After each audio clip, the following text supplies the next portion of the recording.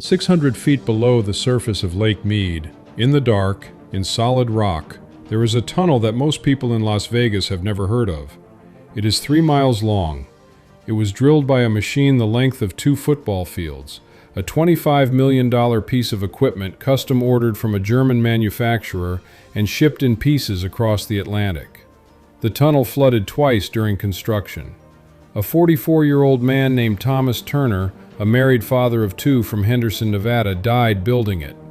The project ran 7 years and cost the Southern Nevada Water Authority more than $817 million to complete, with another $650 million pumping station added afterward. When it was finally finished, Water Authority officials described it as the most complex tunneling project ever attempted beneath an active reservoir. Most people in Las Vegas turned on their taps and thought nothing about it. But here is what that tunnel actually is. It is not infrastructure. It is a lifeline. It is Las Vegas, admitting in concrete and rock that the lake is going to keep dropping and that the city needed a way to keep drinking when the original system fails. And the original system is now close to failing. Because the lake that 2.3 million people depend on for 90% of their water supply is sitting at a level that would have been considered a crisis a decade ago. And the rules that were supposed to prevent it from going lower expire at the end of 2026. And nobody has agreed on what comes next. To understand what is actually at stake at Hoover Dam, you have to go back to the beginning of how Las Vegas drinks. When Las Vegas started drawing water from Lake Mead in 1971, the city had 126,000 residents. The intake pipes built for that era were designed for a lake that held near full capacity. They were positioned high. Intake number 1 sits at around 1,050 feet above sea level. Intake number 2 sits slightly lower. For most of the lake's history, those intakes were buried well below the feet. Water line. There was no reason to think about where the water came from. You turned on the tap, water came out. The desert turned into the fastest-growing metro area in the United States. The casinos were built. The Bellagio fountains were engineered. The golf courses were watered. The hotels were filled. And for decades, the lake stayed high enough that the physics were simple. Water pressure did the work. Gravity did the work. Las Vegas drank. Then the lake started to drop. It did not drop all at once. It came down steadily, a foot or 2 or 5 per year, through the 2000s, through the 2010s. A slow retreat that never made the front page on any given Tuesday, but that never really stopped either. The white bathtub ring that now stains the canyon walls at Black Canyon, that chalk-white mineral scar you can see from satellite photos, grew taller every year. By 2022, the lake had fallen to its lowest point since it was first filled in the 1930s. The white ring had climbed more than 160 feet up the canyon wall. And intake number 1 was approaching its functional limit. A city of 2.3 million people, hosting 40 million tourists every year, built entirely in the Mojave Desert, was about to watch one of its 2 main water pipes rise above the waterline. Pat Mulroy saw this coming in 2002. Mulroy ran the Southern Nevada Water Authority for more than 2 decades. She was the person who understood, earlier than almost anyone in the region, that Las Vegas was not just experiencing a drought. She read the climate research. She understood the math of the Colorado River Compact, the 1922 agreement that promised 7 states roughly 16.5 million acre-feet of water from a river that actually carries closer to 12 to 13 million. She understood that the gap between what was promised and what existed was not going to close. It was going to widen. And she understood that Las Vegas, sitting at the far downstream end of a grossly over-allocated system, with fewer legal rights to the water than California or Arizona, was the most exposed city on the Colorado River. So she built what became known as the third straw. Intake number 3 is not a pipe. Calling it a straw underestimates it by every measure. It is a 100-foot-tall intake structure that was lowered in sections into a former canyon of the Colorado River in March of 2012 and cemented into place using the equivalent of 1,200 truckloads of concrete. A 1,900-pound stainless steel ball sealed the top of the intake tower during construction, sitting under 300 feet of water. The 3-mile tunnel connecting that intake to the pumping infrastructure on shore was bored through solid rock at a depth of 600 feet, reinforced with more than 2,400 6-foot interlocking concrete segments, and took more than 6 years to complete from the first drill turn to the day the boring machine broke through the final wall. The tunnel flooded in July of 2010 when the boring machine hit an unexpected geologic fault and water poured in. Engineers pumped it out. 5 months later, it flooded again. This time, engineers made the decision to seal and abandon the first tunnel entirely and start over in a different direction. The second tunnel succeeded. It was operational in September of 2015, the same year the lake was sitting at its lowest level in modern recorded history at the time. The critical detail about intake number 3 is where it sits. The top of the intake structure is at 860 feet above sea level. That is 190 feet below the original intake number 1. It is 35 feet below dead pool, the level, 895 feet above sea level, at which water can no longer flow through Hoover Dam by gravity alone. The city of Las Vegas has built a water intake that sits below the threshold at which the dam itself stops functioning. And that is the part that sounds reassuring until you understand the geometry of what is actually happening to the lake. If you are finding this useful, subscribe. We cover water crises, infrastructure, failures, and earth science events as they develop, with a full picture that lets you understand what is actually going on. The lake behind Hoover Dam sits inside Black Canyon, a volcanic gorge on the Nevada-Arizona border. That canyon is not a bowl, it is a V, wide at the top, narrow at the bottom.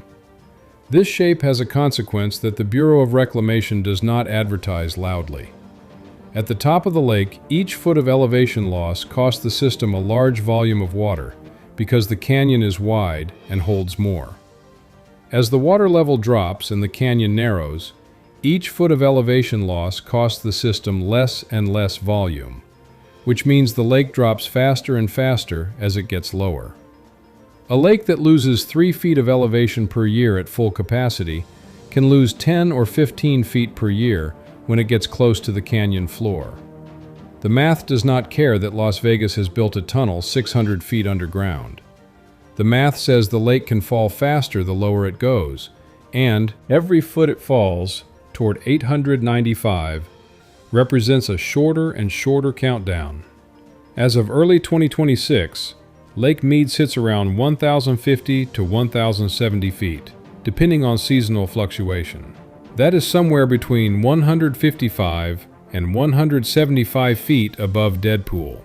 That sounds comfortable. It is not. The Bureau of Reclamation's own projections have outlined a scenario where the lake could fall below 1,050 feet by July 2026, which would trigger what the government classifies as a heavy shortage. Mandatory large-scale cuts to water allocations for Arizona, California, and Nevada. And there is another threshold that matters more than the shortage tiers. At around 950 feet above sea level, Hoover Dam stops generating hydroelectric power. The dam provides electricity to roughly 1.3 million homes across Nevada, Arizona, and Southern California. When the water level drops below the turbine intakes, the power stops. Not reduced, stopped. The Bureau installed emergency low water turbines in 2015 and 2016, smaller units, designed to function at reduced water pressure. The full capacity turbines produce 2,080 megawatts. The emergency turbines produce considerably less. Engineers have been preparing for a reduced power dam for years. What they cannot engineer around is the V shape of the canyon. But here's the part that goes beyond what any single tunnel or turbine can solve. The third straw, at 860 feet, needs pressure to function. Below an elevation of 1,000 feet, the existing pumping stations cannot move water. The tunnel is there. The intake is there. But without the pumping infrastructure to move water through it, the tunnel does not flow. This is why the Southern Nevada Water Authority built the additional low-level pumping station, a project that cost roughly $650 million on top of the original tunnel cost, bringing the total investment to well past $1.4 billion. That pumping station is what allows Las Vegas to keep drawing water even if the lake drops below 1,000 feet. But the pumping station requires power to run, and the power that runs the Southwest comes partly from Hoover Dam itself. The dam that is losing generation capacity as the lake drops is partly responsible for powering the pumps that allow the city to keep drinking from the lake that is dropping. The system is eating itself. Now add the political layer, because the engineering problem is not the only one. The 2007 interim guidelines, the federal framework that manages how Colorado River water gets cut during shortage conditions, expired at the end of 2026. Those guidelines were described when they were signed as temporary, a stopgap to buy time. They mandated progressively larger water cuts to Nevada, Arizona, and California as the lake dropped below trigger points at 1,075, 1,050, and 1,025 feet. In the years since they were signed, the lake has spent significant time below the 1,075-foot trigger. The cuts that were supposed to slow the drop have not been large enough to reverse it. And now the states are supposed to agree on new rules for a new era. Arizona, which has already absorbed the largest mandatory cuts of any lower basin state, is resistant to absorbing more. California, which uses more Colorado River water than any other single state, is defending water rights it has held for a century. Nevada, which has actually achieved remarkable conservation results, recycling nearly every drop of indoor water back into Lake Mead, has the smallest legal allocation and the most to lose. Mexico has a treaty right to 1.5 million acre-feet per year that cannot simply be negotiated away between American states. No new deal makes the river carry more water. No agreement changes the snowpack in the Rocky Mountains. The river's long-term average annual flow, tracked across more than 1,000 years of tree ring data, is somewhere between 12 and 13 million acre-feet. The compact promised 16.5 million. That gap has been compounding for over 100 years, and the megadrought gripping the Colorado River Basin. Research has confirmed it as the worst dry stretch in at least 1,200 years, is still ongoing. The people who feel this first are not in Las Vegas. They are in Pinal County, Arizona, where farming families have already watched their water disappear. The Central Arizona Project, a 336-mile concrete river, carries Colorado River water across open desert to central and southern Arizona, has been delivering mandatory shortage cuts. Farmers holding junior water rights, the legal losers when the allocations run short, have seen fields go dry. Families that farmed the same land for generations have received paper notices explaining that their water rights still exist but cannot currently be fulfilled because the river does not have enough water to honor them.